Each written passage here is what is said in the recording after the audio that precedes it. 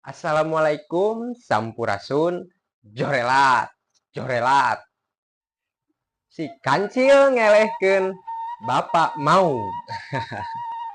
Dina dongeng nu ayeuna si kancil teh ngelehkeun si mau.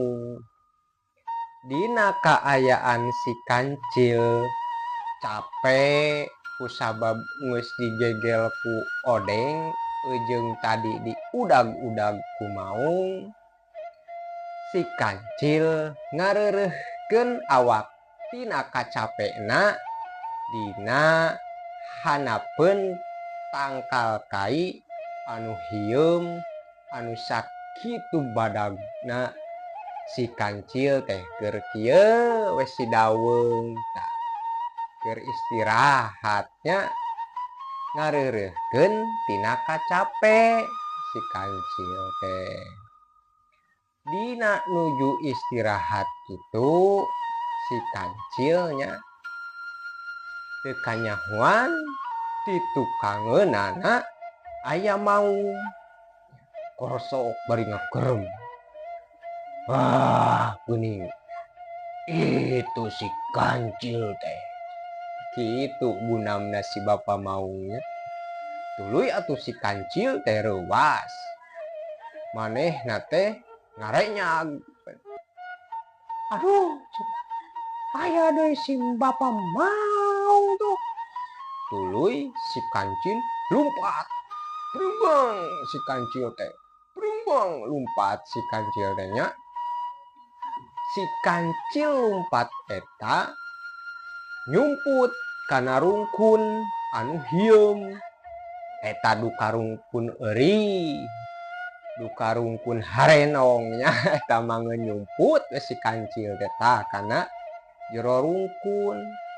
Pas diudag ku si bapa maung, "Montong lumpat kancil, maneh ayeuna geus puguh santapan urang kusabab maneh geus nipu urang beak diseureuh ku odeng." Kitu cariosna si maung teh nya. Tuluy si bapa maung teh ponok harepan kusabab si kancil teh lumpat brebet si kancil teh nya.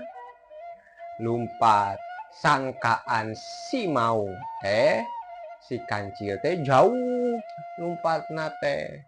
Padahal si kancil teh nyumput dina rungkun bari ngadeg-deg si kancil teh nya. Dina kaayaan si kancil keur nyumput si kancil ngagerendeng na hatena. Kieu ucapna si kancil, "Aduh eta si bapa maung udag deui atuh meuni eueuh kakapokna nya si bapa maung." Kitu ucapna si kancil anu keur nyumput dina rungkun kitu tah. Tuluy si bapa maung anu geus pasrah kieu gunamna si bapa maung. Si kancil mah kabur deui. Cak tadina mah santapan urang anu geus lapar. Coba urang geus beak ieu saawak-awak diseureuh odeng. Pokona mah lamun nepi ka katewak rasakeun sia kancil.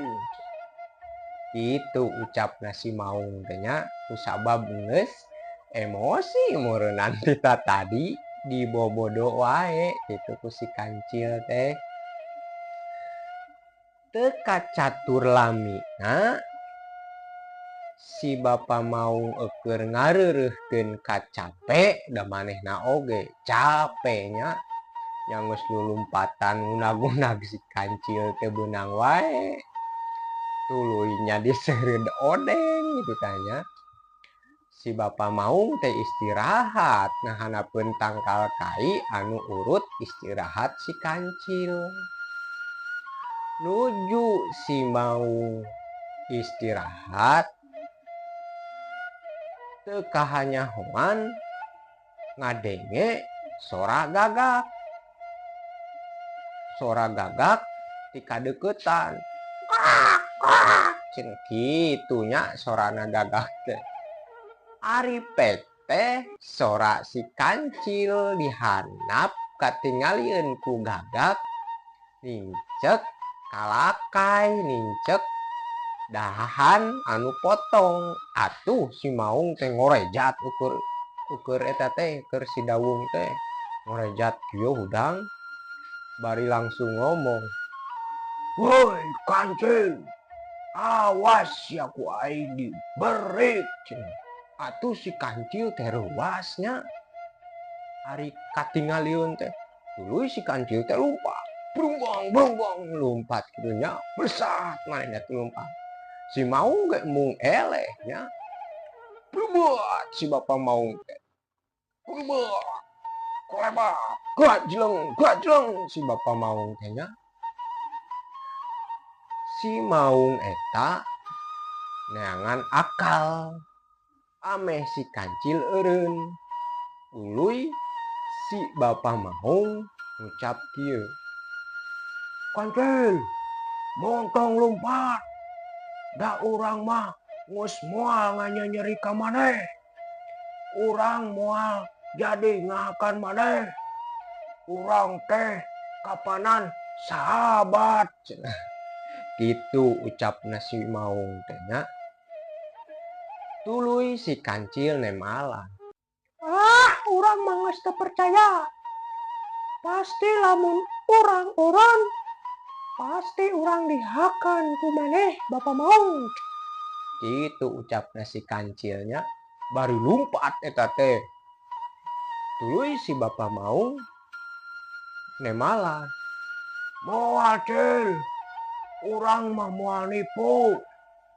Urang teh kapan sahabat. Ayeuna mah urang teh moal ngahakan maneh." Gitu ucapna si maungnya ngolo padahalna.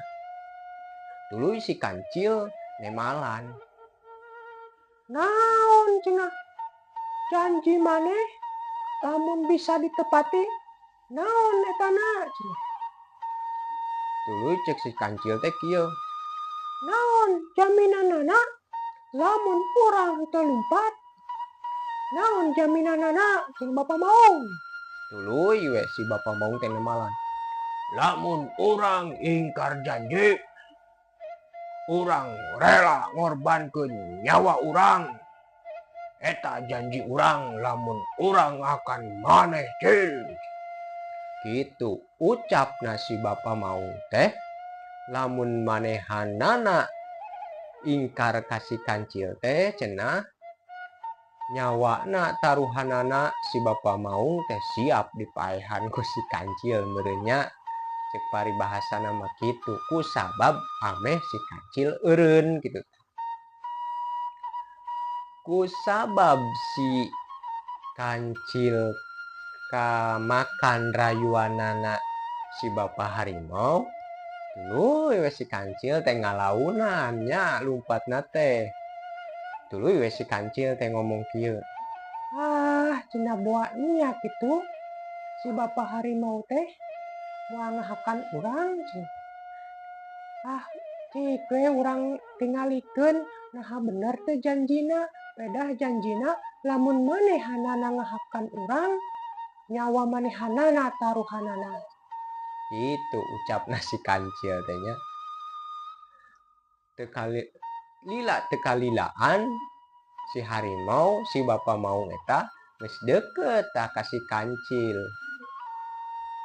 Tah saeunggeus padeukeut si bapa maung jeung si kancil, tuluy si maung teh kieu, "Wah cil, ayeuna mah maneh geus puguh jadi santapan urang.